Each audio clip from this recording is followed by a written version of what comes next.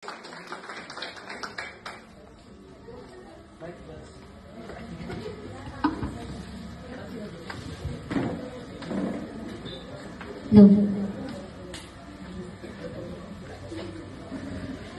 2, 1.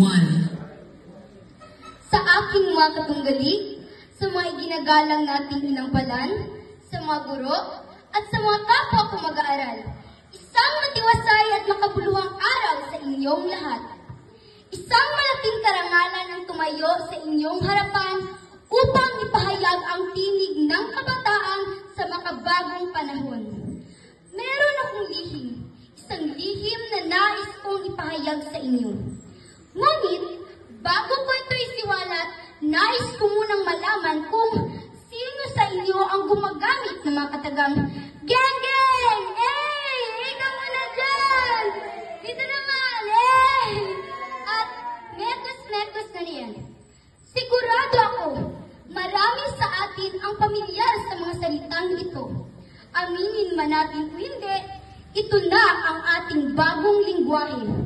Ngunit, hindi ito ang lihim na nais kong ipahayag sa inyo.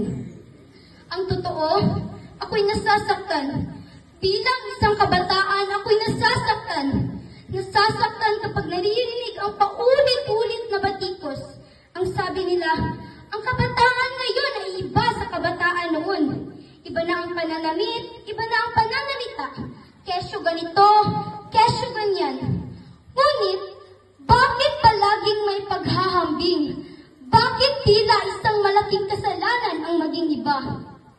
Ako ay isang kabataang naniniwala na ang pagbabago ng wika at kultura ay hindi problema, kundi ito'y oportunidad. Oportunidad upang ipakita kung ano tayo.